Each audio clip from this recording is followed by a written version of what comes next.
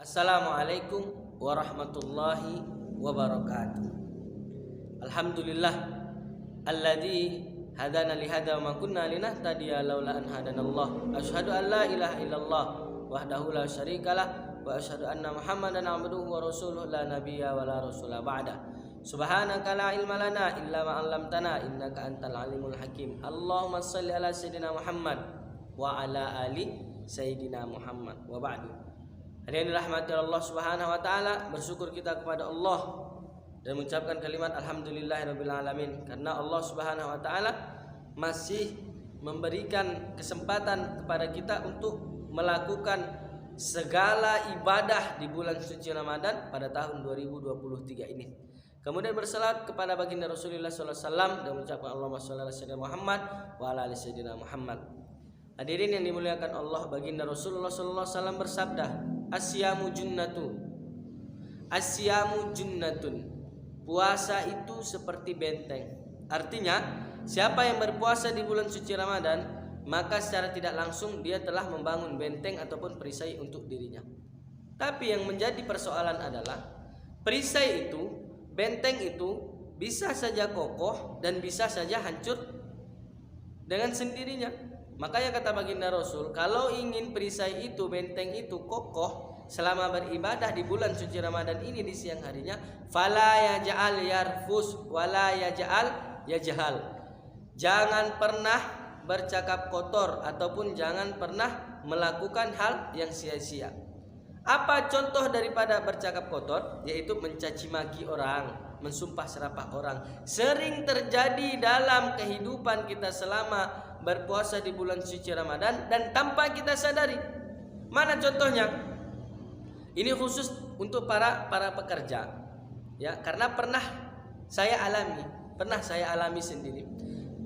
Namanya puasa, apalagi di cuaca yang sangat terik ini kan, di lapangan disuruhlah anggotanya ini mengambil satu barang ke store, ambil dulu ini. Sama-sama puasa ini, anggota dengan atasannya, dengan yang nyuruh ini sama-sama puasa. Ambil dulu barang inilah ke store, pergilah dia. Kami bertiga waktu itu. Jadi dia yang disuruhlah diambil. Pas nyampe ke lapangan, ternyata barangnya salah.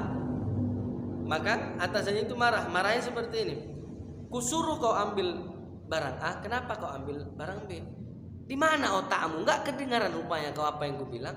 Kemana telingamu? Nah, ini adalah salah satu daripada yarfus yang dimaksud oleh baginda Rasulullah SAW tadi, yaitu marah ataupun marah secara berlebihan sehingga keluar caci makian, sehingga keluar sumpah serapah kepada orang lain ataupun kepada bawahan. Itu sering terjadi dan tanpa kita sadari, ketika itu terjadi kita tidak tahu, kita tidak sadar bahwa itu dapat merusak nilai ibadah puasa itu sendiri. Wala yajhal kata baginda Rasul. Jangan pernah melakukan hal sia-sia. Contohnya adalah membandingkan diri kita dengan orang lain.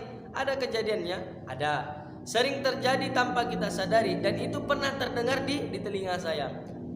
Pernahlah satu ketika, kan biasa di bulan suci Ramadan itu di siang harinya kan banyak tuh ibu-ibu sekitar jam 9 atau jam 10 datang ke masjid tadarus. Ya kan?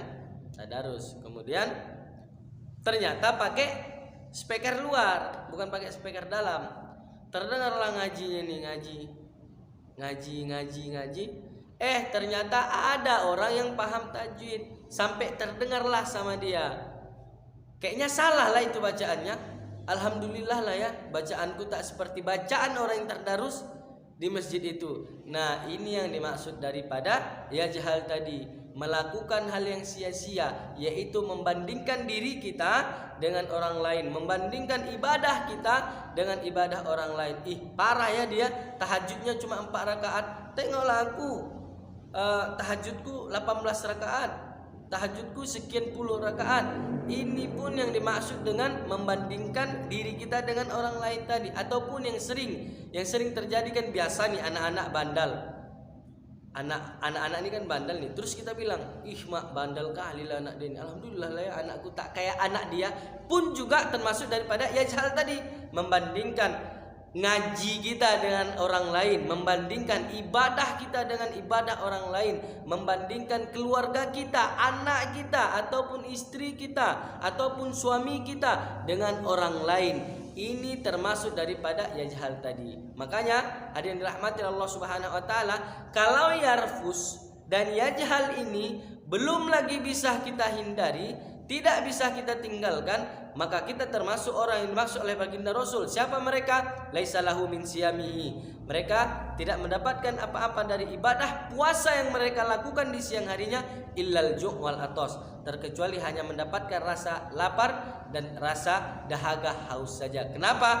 Karena selama beribadah puasa di siang harinya, mereka ataupun kita belum mampu meninggalkan yarfus dan yajhal yang dimaksud oleh baginda Rasulullah SAW tadi. Oleh karenanya hadirin berbahagia, nasihat ini untuk kita semua, khususnya untuk saya pribadi, selama beribadah puasa di siang harinya, maka tahanlah diri ini agar tidak terucap yarfus dan yajhal tadi. Sehingga kalau kita bisa menahan dari yarfus dan yajhal tadi, maka kita benar-benar mendapatkan nilai yang totalitas dari ibadah puasa kita di sisi Allah Subhanahu wa taala. Mudah-mudahan kita semua mendapatkan hidayah ataupun petunjuk dari Allah Subhanahu wa taala selama menumpang hidup di muka bumi Allah Subhanahu wa taala ini. Hanya ini yang dapat saya sampaikan, kurang lebih mohon maaf.